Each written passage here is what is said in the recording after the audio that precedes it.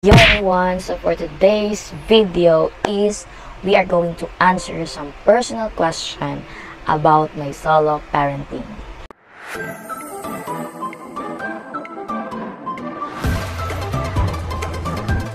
Today mga mare, we are going to answer some personal questions about my solo parenting. Yes na yes, pero this is the Bisaya version. This time, ito na ang Bisaya version. So, ako mga nabasa ng mga personal kaayo ng mga question about how I handle this one, how I get through this one, you know. So, karon na itong answeran itong mga questions. First question is, what are the biggest challenges you faces as a solo parent and how do you overcome them? O, diba? Bisaya akong tubag, pero ang pangutana, English. Okay, so, siguro, the biggest challenge na ako ang na-encounter sa pagiging solo parent is number one is lack of financial support in terms sa pagpangitan ako yaya niya. Siyempre, breadwinner man ta, tatayaya, palit ugatas, diaper, mga tambal niya, tapos, labi na karon agad ako na ang bata. Isa sa ako ang naging problema as a solo parent is ang kanang tuition niya since gusto man siya na quality education, though kabalo ko na pag-abot sa public school quality education gyapon kabalo. Ang ako lang ginaano sa private is siguro para mas matutukan sila and gamay lang sila sa classroom and comfortable pud sila sa classroom. Pero of course pinaagi sa tong solo parent ID makaless tagamay sa ato ang mga bayro. Another biggest challenge na ako ang na-encounter is being pressurized to get married, especially katong bago pa lang jud kaayo ko na naging solo parent. Baga murag months pa lang akong anak or year, 1 year old, 2 years old. Grabe ang pressure sa ako ang magpakasal. Dili ko ingon na pakasal ko sa papa sa akong anak or whatsoever.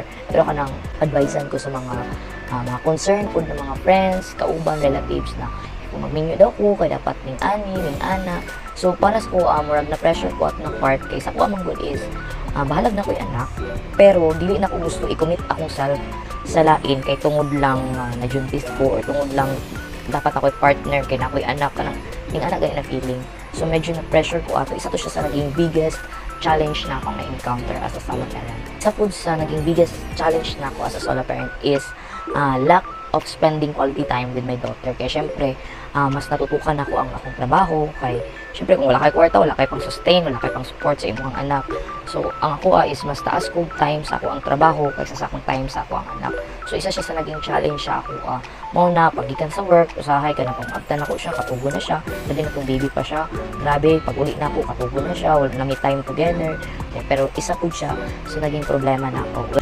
And ang pinaka-biggest challenge yun guys ako, mga mare, is ang pag-trust o usab sa tao. Siguro ba kay nanamagod dito sa akong heart ang doubt gani kay syempre napasakitan na ka, nailad na ka, nabuhat na ni sa imuha. Syempre imuhang trust ba medyo lisod na kay siya ihatag sa uban, lisod na kay siya open imong heart sa lain kay tungod sa imuhang kaagi. So isa siya sa naging challenge ako. Okay, next question pa guys. What are some common misconceptions about solo parenting that you'd like to address? Number one is ganing mga dili ko kabaluan na pag solo parent ka day makabalo ka mas dili ka kabalo. Yes na yes, wala man jud siguro ka nang buntis, nagkaanak, nagkapamilya, kabalo dayon sa imong buhaton. Of course, experience ayun nimo tanan bago ka makaingon nga ning anion di ay dapat day ning ani akong gibuhat kabalo na ko unsaon. Along the way, along sa imong journey as a solo parent is makatun ra pud ka. Kaya ra day nimo. Nang abi nimo di ka kabalo pero kaya ra di ay. Kids of solo parents are not deprived of love, no? So, muingon sila nga kulang sa pagmamahal ang mga bata nga isa lang ang nadakan, mga mama lang nadakan, papa lang nadakan, pero no.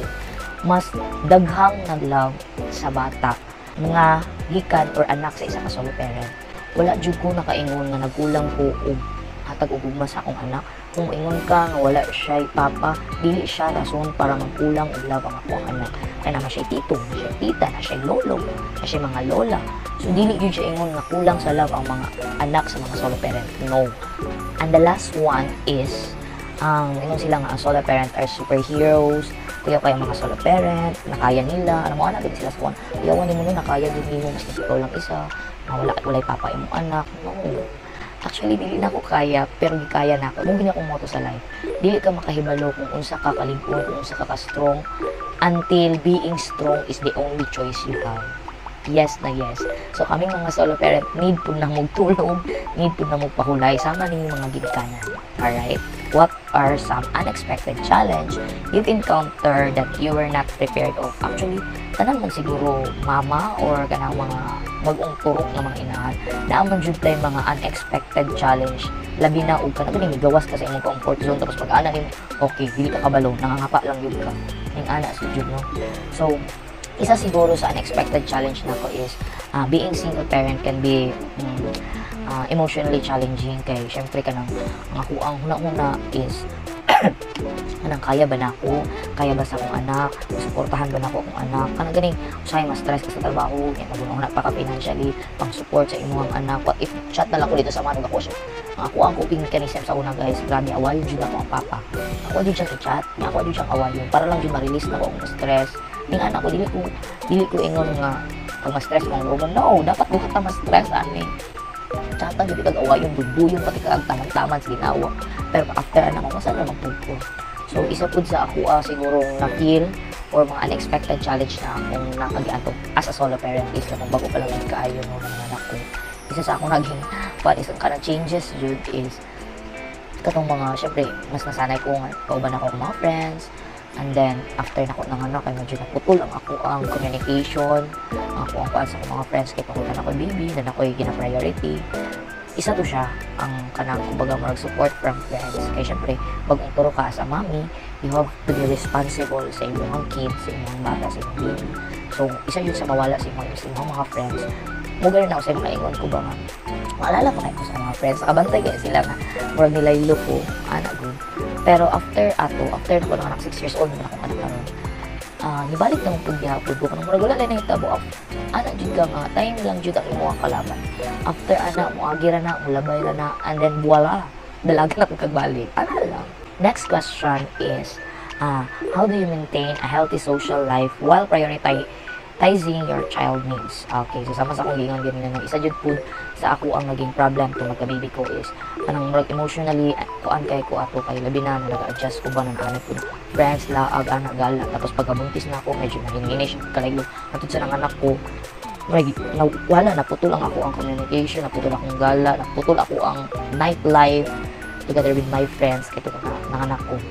So now as a solo parent, how I maintain a healthy social lifestyle, a social life while prioritizing your child needs, ako ano yun, take care of yourself. Wala naman dyan tayo, isa po sa akong na-realize no na at the end of the day, mukha lang dyan yapong kaugaling mo imuhang kaagapay, no?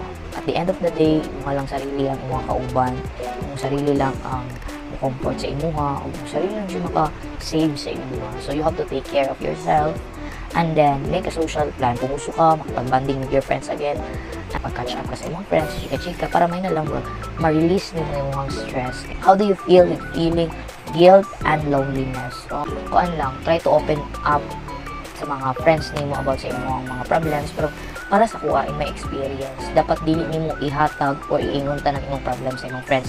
What if mag-away mo, mayabong yun na imong mga story sa imong kinabuhi. So ako alam ka nang siguro ang mga frustration ako, ang mga negative thoughts, ang mga negative na experience, negative, basta all negative mo na akong ginapagawas, ang ako ang na-feel, ako ang kasuko, akong kalagot, ako ang ginapagawas by talking to my friends. And isa po is try not to compare yourself to others. Kaya samot mong kag kaguol, samot kag asad pag imong compare nga nakaya niya tapos ako lagi medyo maglisod ko. Nganong siya kuan tapos ako lagi dili. Do not compare yourself, no, para dili ka maguol, dili ka masad, dili ka ma-stress, dili ka ma-depress. Next is take it slow. Sama sa akong gingan no, muagi ra gyud ni. As a solo parent tanan imong nagian muagi ra gyud na. And then bilog ang mundo, posible karon down kaayo ka. Pero mabalik gyapon anong gud man ang kalibutan na napuka sa taas, sila napod sa baba, ana lang yun. Dagan man jud ups and downs pero take it slow, muagi ra gyud. Next question is what advice would you give to other solo parents seeking support? Siguro embrace your strength and believe in yourself, no? Kita niyo mga solo parent, kanya-kanya man jud mga strength and weaknesses, and all you have to do is to embrace yourself. At the end of the day, wala kang laing kasangga kundi imong halagong paggaling mo. And of course, do not be afraid to say no, labi na sa papa sa inyong anak. Sometimes man good pag love na to ang isa ka tao, makalimutan na to ba ang ato ang kaugalingon. The reason why I choose not to get married is because mas love na ko akong sarili. Kung sa una gilove na ko siya, And then, iya akong gipasakitan. This time, panahon na po para sa akong pagkalingon. Bye ka. Wala ko ni mo giampingan, bye ka. Anak ko sa una, solo parent ako na lang din isa. No. You're a solo parent, pero nakay mga anak, nakay anak. Kabalo ka no, sa una, abi jud na ako na lang jud yung isa, dili na jud ko maminyo. Ano jud na ang kanang mga kadalasan na itong ginakandukan, kita lang isa, dili na to kaya. Pero, along the way, no, realize ni mo nga, kaya di ay ni mo, madili lang di ikaw isa, kaya duha na mo sa imong anak. Diba? Sa sugod lang jud lisod mga day, mga mare, no? Remember that you are not alone. Take note mga day, solo parent is a journey, not a destination. Naatay magian na ups and downs. There will be ups and downs maski pag dili ka solo parent. But, you will learn, you will grow, and you will create beautiful life for yourself and for your kids or kid. No, so para sa mga pareha na ako nga solo parent, I know daghang mga ups and downs mo na naagian. Pero una-una mo dili lang ikaw ang nakabati, dili lang ikaw ang nakaagian na daghan. So it takes time lang good para mag-heal ang pain. Just take it slow. And someday, mawala na ng inyong insecurity, stress nga nabati. Kaya again, muagi lang na just take it slow. So that would be all guys. Thank you for watching this video, and of course, if na po mga questions and feedbacks, clarifications, and so on, don't hesitate to comment down below. I hope daghan kayo makarelate po sa kuang, daghan mo nakatunan sa kuang, sa akong mga chika-chika and all. I hope mo tanaw pa mo sa akong mga next vlog, and that would be all. See ya next time. Bye!